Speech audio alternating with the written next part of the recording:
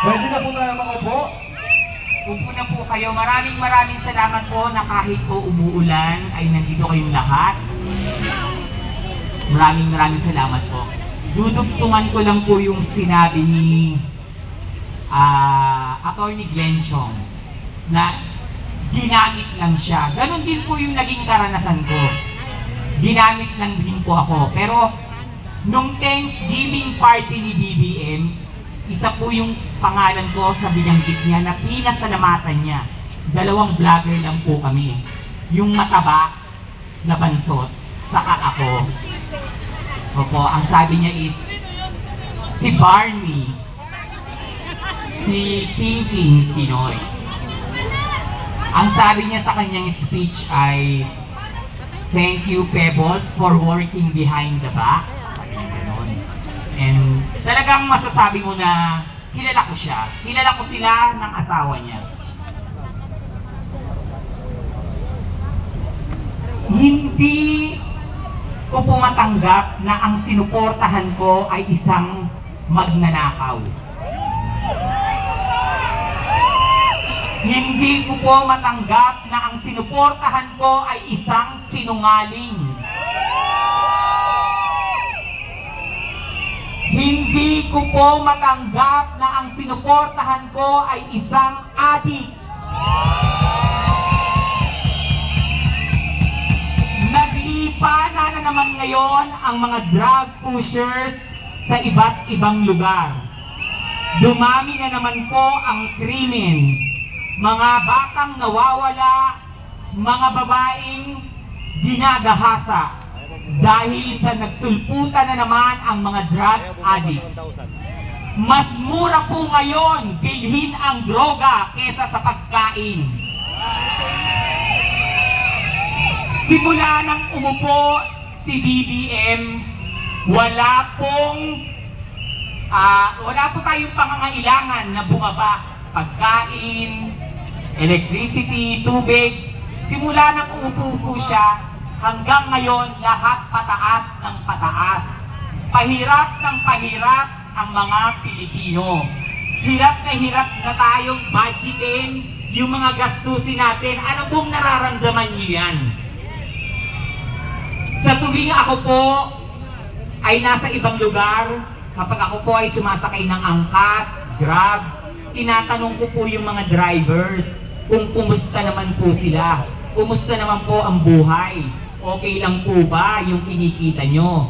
Lahat po sila, ang sinasagot sa akin ay hindi. Hirap na hirap po sila, lalo na yung pagtaas ng gasolina. Pero yung pamilyang adik ay ang saya-sayang nagpa-party sa palasyo gamit ang pera ng taong bayan. Isa pa sa pinakahayop na nilalang ay si Tambaloslos.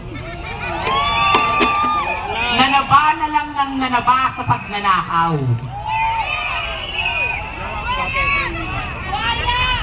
Napakabuwaya. Mula magpipinsan, mula sa mga Marcos, pati Romualdez, lahat sila buwaya. Mga sakim sa pera.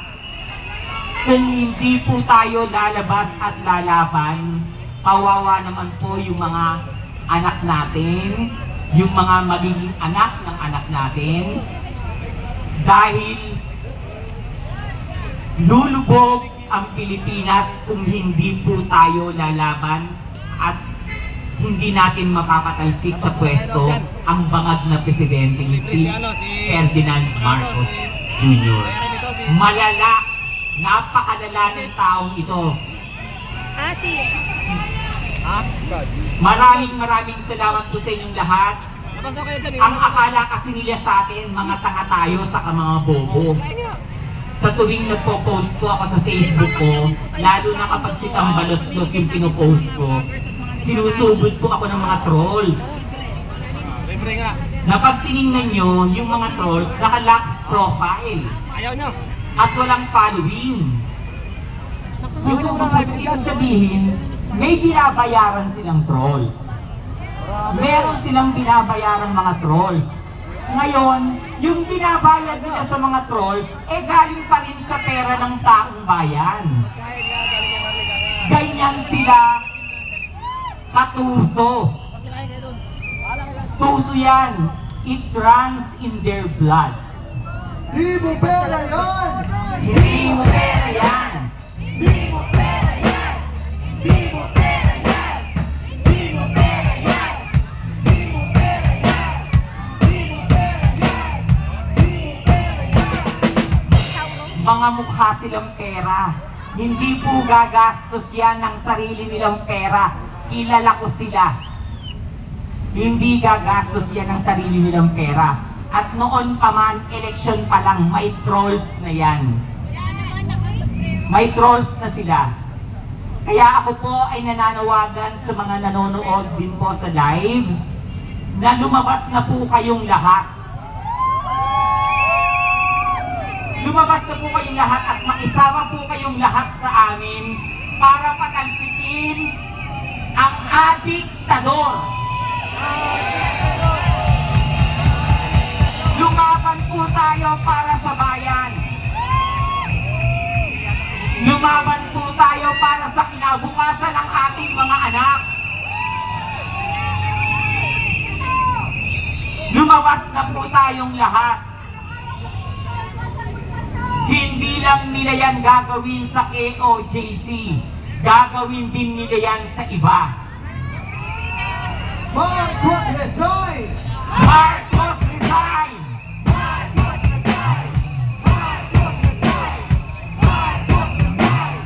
Marcos resign! Marcos resign!